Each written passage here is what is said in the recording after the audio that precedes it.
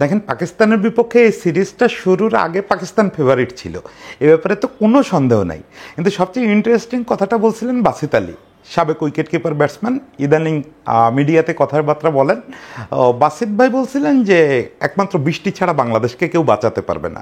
মানে পাকিস্তানকে উনি এতটাই আগায় রাখছিলেন, নিজেদের মাটিতে খেলা, ব্যাটিং এবং পেস সহায়ক কন্ডিশন, এখানে বাংলাদেশ কি করবে? পাকিস্তানের ধারে কাছেও যেতে পারবে না। ফলে যদি 5-10 দিন বৃষ্টি হয় তাহলে কেবলমাত্র বাংলাদেশ বাঁচতে পারে। তো শেষ পর্যন্ত দৃশ্যটা এসে এমন দাঁড়ালো যে দ্বিতীয় টেস্টের শেষ দিনটা যদি পুরোটা বৃষ্টিতে ভেসে যেত, 10-15 ওভারও না, পুরোটা যদি বৃষ্টিতে ভেসে যেত, তাহলে পাকিস্তান বাঁচত, তাহলে পাকিস্তান এই হোয়াইট ওয়াশ হওয়ার হাত থেকে বাঁচত। তো বাসিত ভাইকে অভিনন্দন যে আপনার বৃষ্টি অ্যাটলিস্ট আপনাকেও বাঁচাইতে পারে নাই, আপনার দলকেও বাঁচাইতে পারে নাই। মানে জোকস অ্যাপার্ট, এটা অনেক অনেক অনেক অনেক বড় একটা অর্জন। কত বড় অর্জন সেটা হয়তো আমরা ঠিক আজকে বসে এখানে বসে উপলব্ধি করতে পারবো না। আজকে আমরা যেটা বুঝতে পারবো যে বাংলাদেশ জিতছে। বাংলাদেশ পাকিস্তানে গিয়ে পাকিস্তানের বিপক্ষে 2 টেস্টের সিরিজ জিতে আসতে পাকিস্তানকে হোয়াইট ওয়াশ করছে। This is third time Bangladesh কোনো টেস্ট দলকে হোয়াইট ওয়াশ করছিল। এর আগে কাদের হোয়াইট ওয়াশ করছে? এর আগে জিম্বাবুয়েকে হোয়াইট ওয়াশ করছে। আচ্ছা, ওয়েস্ট ইন্ডিজকেই 2বার হোয়াইট ওয়াশ করছে। কিন্তু যেসব দলকে হোয়াইট ওয়াশ করছে, উইথ ডিউ রেসপেক্ট, তারা কেউ এই টপ লেভেল টেস্ট মানে টিম না। ফলে এই রেজাল্টটা যে বাংলাদেশের ইতিহাসে সর্বকালের সেরা, এবং সেটা বহু ব্যবধানে। এর আগে আমরা টেস্ট সিরিজে যেরকম পারফরমেন্স করছি, তার থেকে এইটা এমন না যে এর আগেরটা ছিল 19, এবার আমরা 20 করে ভালো করছি। এর আগেরটা যদি হয় 5, এবারেরটা প্রায় 95। This is difference. এর আগে আমাদের টেস্টে সবচেয়ে ভালো পারফরমেন্স ছিল 2022 সালে মাউন্ট মঙ্গানুই টেস্ট। আমি তাই বিশ্বাস করি। নিউজিল্যান্ডের বিপক্ষে আমরা যে টেস্টটা জিতছিলাম, ওইটা আমাদের বেস্ট এবার টেস্ট পারফরমেন্স ছিল। আর সিরিজের কথা যদি বলেন, তাহলে ইংল্যান্ডের বিপক্ষে 2016 সালে যে সিরিজটা খেলছিলাম, ওখানে আমরা 2টো টেস্টই জিতে যেতে পারতাম। দ্বিতীয় টেস্টটা তো আমরা শতাধিক রানে জিতছিলাম। প্রথম টেস্টটা সম্ভবত 20 রানে হেরে গেছিলাম। সেটা জাস্ট সাব্বিরকে কেউ একজন সঙ্গ দিলেই আমরা টেস্টটা জিতে যেতাম। জিততে গেলেও যদি 2016 সালের এই সিরিজটা জিততামও, তারপরও আমি বলতাম যে এই 2024 সালের এই সিরিজটা বেটার। কারণ ওইটা ছিল হোম কন্ডিশনে, ওইটা স্পিনারদের জন্য সাজানো একটা স্বর্গ ছিল।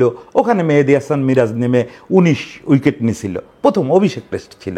সেই 19 উইকেটের বদৌলতেই আলটিমেটলি ইংল্যান্ড ব্যাকফুটে চলে গেছিল। কিন্তু এবার ঘটনাটা কি ঘটলো? এবার ঘটনা ঘটলো হচ্ছে যে আমাদের জন্য ফেভারেবল কন্ডিশন না, রাওয়ালপিন্ডি। রাওয়ালপিন্ডি মানে কি? রাওয়ালপিন্ডি এক্সপ্রেস, শোয়েব আক্তারের এলাকা। সেই শোয়েব আক্তারের এলাকায় নিশ্চয়ই আমাদের জন্য সাজায় রাখে নাই কিছু। ওইখানে পেস সহায়ক এবং ব্যাটিং সহায়ক, স্পোর্টিং উইকেট, সোজা কথায় স্পোর্টিং উইকেট ছিল। সেখানে 2টো টেস্ট খেলা হলো এবং 2টো টেস্টে আমরা পাকিস্তানরে আলটিমেটলি উড়ায় দিছি। সেইটা করেই আমরা এই 2টা টেস্ট জিতলাম। এবং কীভাবে জিতছি? প্রথমত আপনার মানে যেটা সবচেয়ে কৃতিত্ব দিতে হবে, যে বাংলাদেশ খুব ক্লাসিক স্টাইলে টেস্ট খেলছে। এটা বাসবল খেলে নাই, বা মানে সোকট বাসবল যেটা ম্যাককালাম চালু করছিলেন, মানে আধুনিক টেস্ট ক্রিকেট, ওই যে উড়ায় দেওয়া, মানে যে দুমদাম মারা বা ওরকম কিছু করে না। বাংলাদেশ খুবই ক্লাসিক স্টাইলে খেলছে, মানে চিরায়ত টেস্ট যেমন হয়, থ্রিলারের মতো, পরতে পরতে নানা রকম মোচড় আছে। 2টা টেস্টেই কামব্যাকের স্টোরি আছে, দ্রুত 25 রানে 6 উইকেট পড়ে যাওয়ার পরে 262 রান পর্যন্ত যাওয়ার গল্প আছে। আবার শেষ দিনের ওই দোলাচলটা আছে। আজকে শেষ দিন সকালেও বল মুভ করতেছিল, পেসাররা মুভমেন্ট পাচ্ছিল, ওখানে তো সারভাইভ করে থাকাই কষ্ট। সব মিলে অনেক রকম গল্প আছে। পেসাররা দুর্দান্ত, পেসারদের নিয়ে আজকেই চেষ্টা করব রাতে আরেকটা স্টোরি ছাড়ার, সেটাতে পেসারদের নিয়ে আলাদা করে বলবো। পেসাররা তো যা করছেন এটা অবিশ্বাস্য।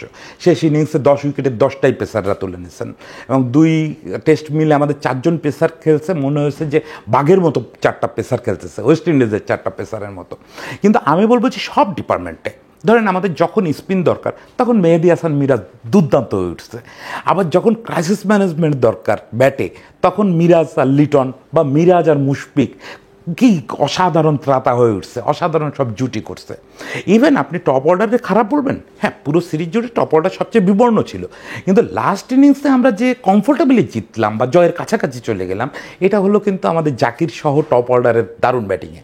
এবং এই জায়গায় একটা জিনিস বলে রাখি, যে জাকির চতুর্থ দিন মানে এই টেস্টের আসলে বৃষ্টিতে ভেসে যাওয়ার পরে যেটা তৃতীয় দিনে যে আক্রমণাত্মক ব্যাটিংটা করলো, ওটা না করলে কিন্তু এই সামান্য টার্গেটেও আমরা বিপদে পড়ে যেতাম।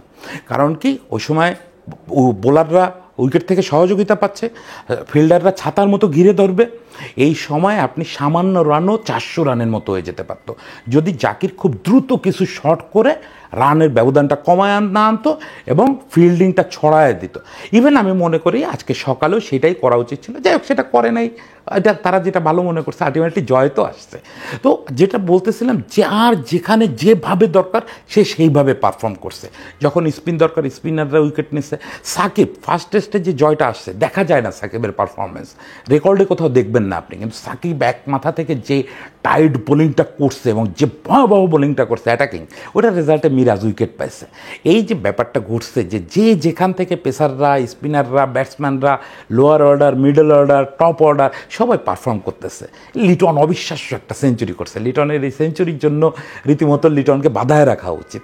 তো এই পাকিস্তানে গিয়ে পাকিস্তানের মাটিতে সিরিজ জিতে আসা, এর আগে আমরা 8টা টেস্ট সিরিজ জিতছি সম্ভবত, যদি আমার ভুলভাল না হয়ে থাকে, তাহলে 8টা টেস্ট সিরিজ জিতছি। এর ধারে কাছেও কোনোটা নাই।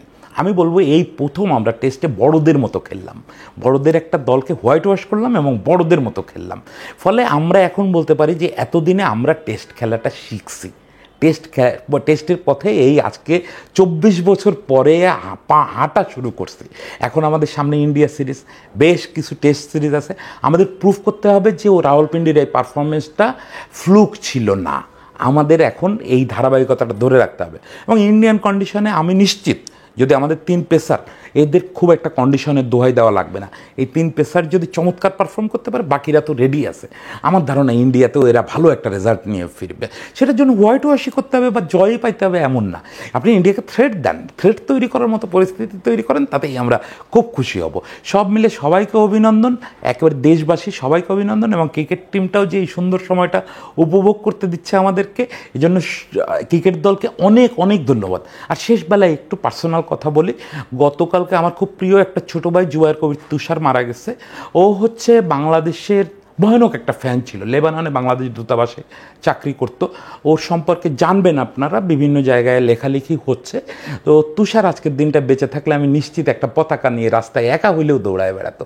আজকের এই জয়টা, আমি তো মানে ক্রিকেটে কেউ না, আমি তো আর জয় উৎসর্গ করতে পারি না, কিন্তু আমার যতটুকু আনন্দ, এই আনন্দটুকু আমি তুষারের জন্য উৎসর্গ করলাম। তুষার ভাই, তোমার জন্য এই জয়টা থাকলো এবং পুরো দেশবাসী আপনারা আনন্দ করেন, এই টাইমটা উপভোগের, আনন্দের। সবাইকে অনেক অভিনন্দন।